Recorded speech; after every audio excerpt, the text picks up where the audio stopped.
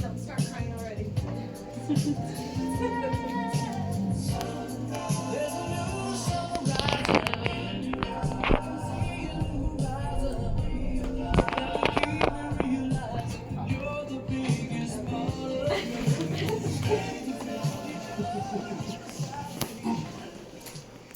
Okay, welcome everyone. Before we kick this thing off, Ryan and Jen asked that I ask you to not take any pictures or video during the ceremony, unless if I've asked you to. Jen wants you to pay attention. That said, I want to give everyone a 15-second window right now to get it out of your system. If you want to take a picture right now, if you want some video, let it go. Have at it.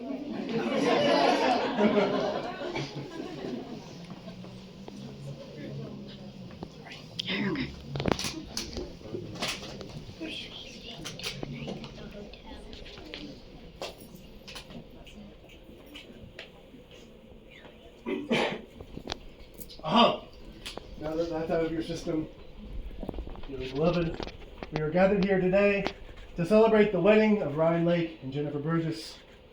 You all came here to bear witness to the formal commitment they are making to one another, to offer your love and support to this union, and to let Ryan and Jennifer start their married life surrounded by people they care about and who care about them.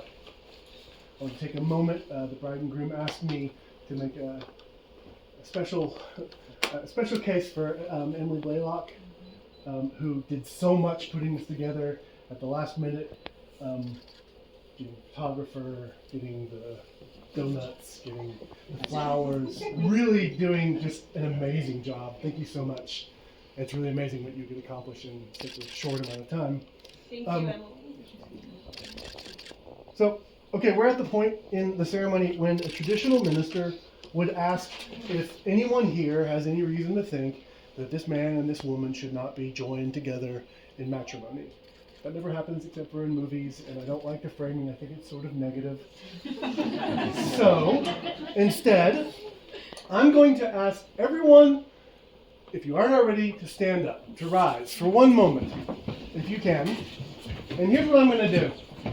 I'm going to say something, and then I'm going to point to you.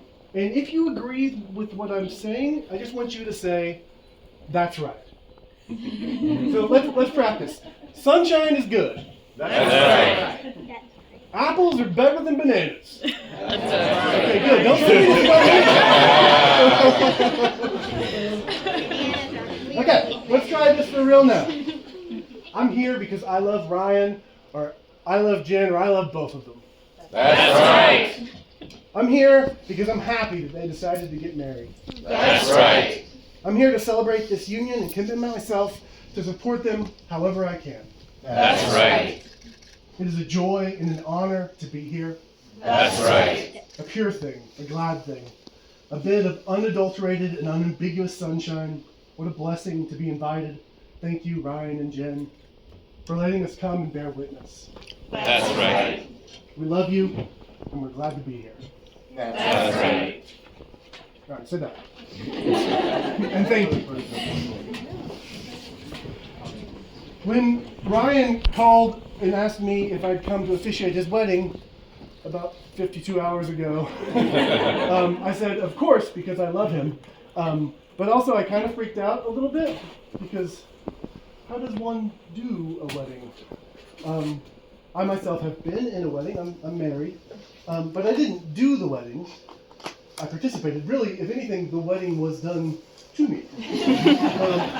It was all a bit of a blur when I try to think back on it. So in my desperation, I went to Google. And then my desperation grew, so I went to Reddit. And then, God forgive me, I went to ChatGPT. The thing is, they all seem to agree that at some point, maybe around now in the ceremony, I am supposed to stand up here in front of you and try to tell you people what love is.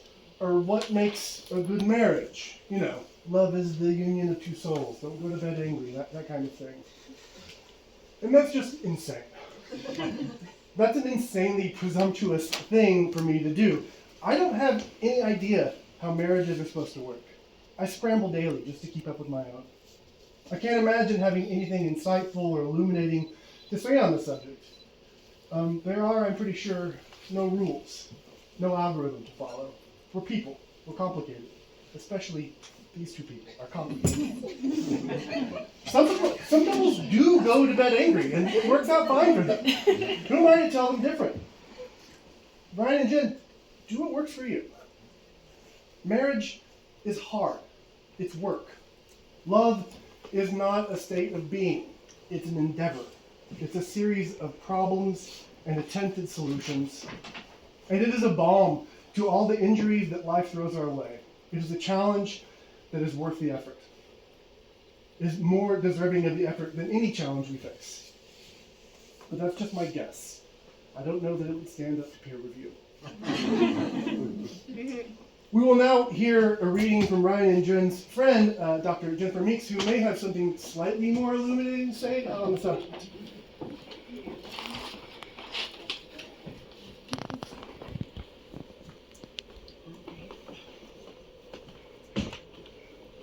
I'm so thankful to Jenn and Ryan for inviting me here today to do this reading drawn from a beloved Platonic dialogue we can call the Symposium.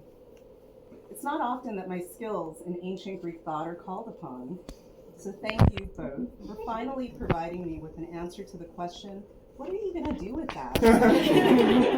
In all seriousness, I am beyond honored to be here and to celebrate Jenn and Ryan by sharing with all of their guests a mythic tale of love and of finding your other half, courtesy of the ancient Greek comedic poet Aristophanes. Once upon a time, there were three kinds of human beings. Male, descended from the sun, female, descended from the earth, and androgynous, with both male and female elements, descended from the moon. Each human being was completely round, with 4 arms and 4 legs, 2 identical faces on opposite sides of the head, with 4 ears and all else to match. They walked both forwards and backwards, and ran by turning cartwheels on their 8 limbs, moving in circles like their parents, the planets. As they were powerful and unruly and threatening to scale the heavens, Zeus devised to cut them into 2, and even threatened to cut them into 2 again, so that they might hop on only 1 leg. Apollo then turned their heads to make them face towards their wound, pulled their skin around to cover up the wound, and tied it together at the navel like a purse. He made sure to leave a few wrinkles on what would become known as the abdomen, so that they might be reminded of their punishment. After that, human beings longed for their other half so much that they searched all over the land for it. When they found it, they wrapped themselves around it very tightly and did not let go. As a result, they started dying from hunger and self-neglect. Zeus took pity on the poor creatures and moved their genitals to the front so that those who were previously androgynous could procreate, and those who were previously male could obtain satisfaction and move on to higher things. This is the origin of our desire for other human beings. Those of us who desire members of the opposite sex were previously androgynous, whereas men who desire men and women who desire women were previously male and female. When we find our other half, we are lost in an amazement of love and friendship and intimacy that cannot be accounted for by a simple appetite for sex, but rather by a desire to be whole again and restored to our original nature. Our greatest wish if we could have it, would then be for Hephaestus to meld us into one another so that our souls could be at one and share once more in a common fate. Thank you.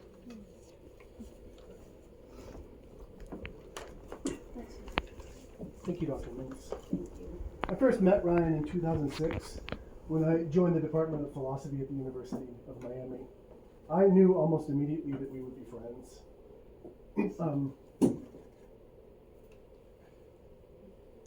When I'm with Ryan, we make some of the dumbest jokes that language-using apes can possibly make. Just so dumb. I don't think that there's anyone in the world that I like just hanging out with, just spending a lazy afternoon together, passing stupid ideas back and forth, making them even dumber every time we hand them off.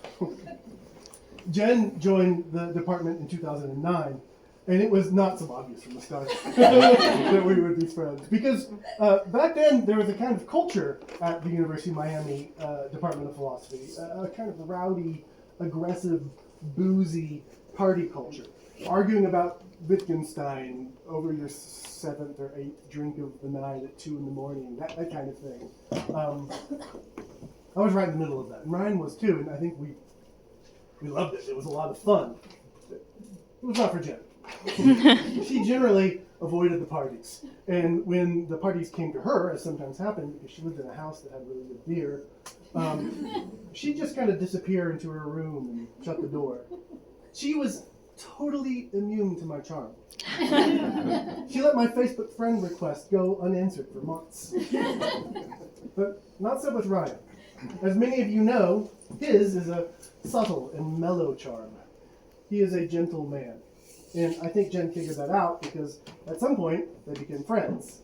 At those rowdy parties, he kind of became the Jen whisperer. I think he was her favorite person in that whole city. It took many years and a great deal of drama I will pass over in silence today. From friendship to romance. But I always thought that was a good formula. To have a bedrock of something platonic to build on. To already love each other even before the first kiss. Before the love blossoms into something new. It's been a privilege to watch that love change between them, and it's my honor to be here today to help them make it official. Jen and Ryan have elected in a way that's very last minute and is totally on theme for this particular ceremony. They've elected to write their own vows, say their own vows. Wing our own vows. I'm a little bit weird. Which they are going to totally wing. Please now read or wing your vows to each other, and when you're done, I will tell you who did a better job. You wrote stuff down?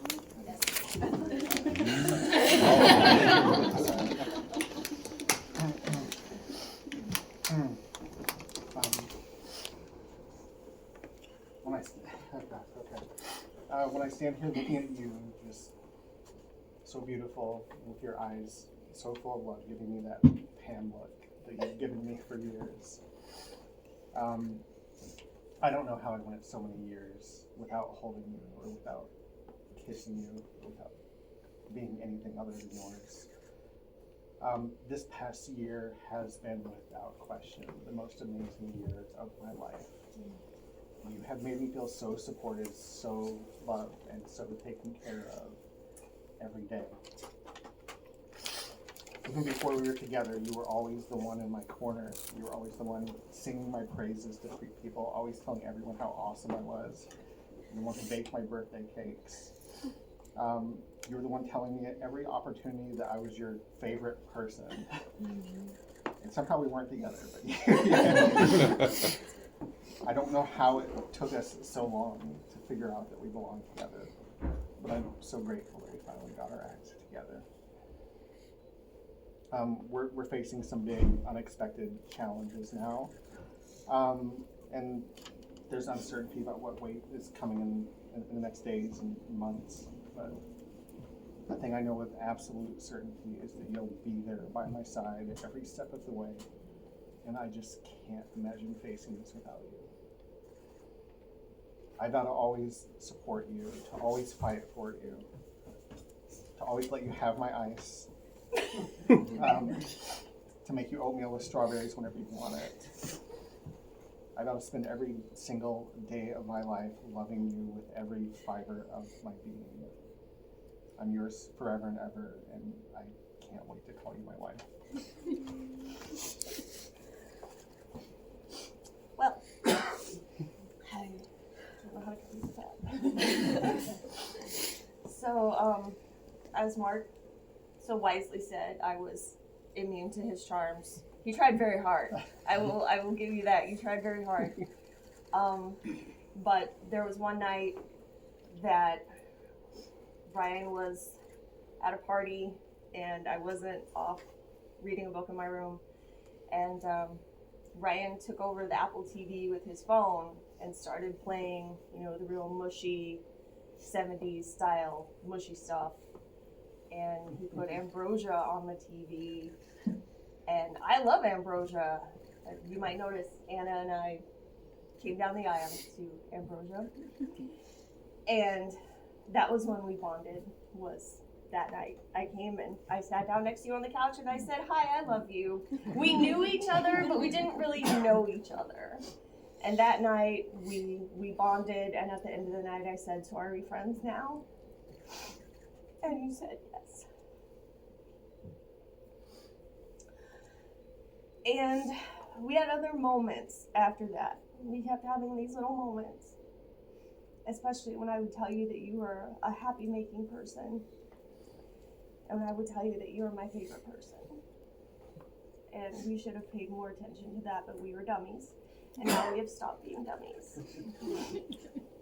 And I vow that we will stop having little moments, and we will have big moments, because all those little moments are now big moments. And this is the biggest moment. And I am so thankful that all these people are here for this, to see how much we love each other. And like you said, there's a lot of uncertainty coming. But I promise that I will be with you, no matter what, every day, through the whole thing. No matter what. I should have written something down. That was beautiful. But this is about the best I can do. That was beautiful. Thank you for loving me. And I promise to always love you. You both did great. May I have the rings, please?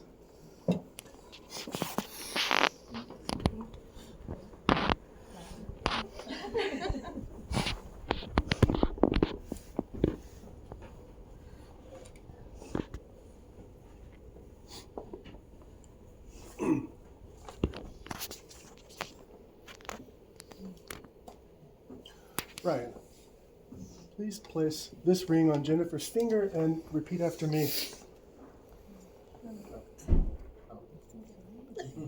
I give you this ring as a symbol of my love and devotion, I give you this ring as a symbol of my love and devotion, and as a commitment to hold that love sacred. and as a commitment to hold that love sacred. Jennifer, please place this ring on Ryan's finger and repeat after me.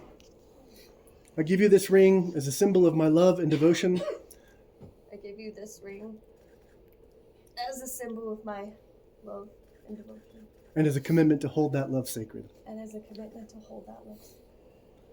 Do you, Ryan, take this woman to be your wife? I do. Do you, Jennifer, take this man to be your husband? I do. What a nice way to end a bad week.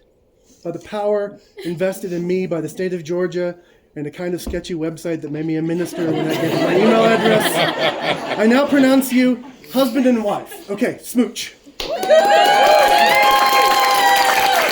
and gentlemen, it is my great pleasure to present to you for the first time this power couple, the Doctor's Lake.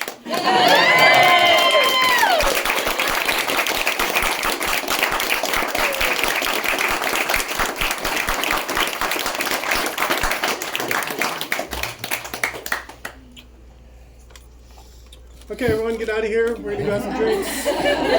Thank you all so much. If we could have immediate family.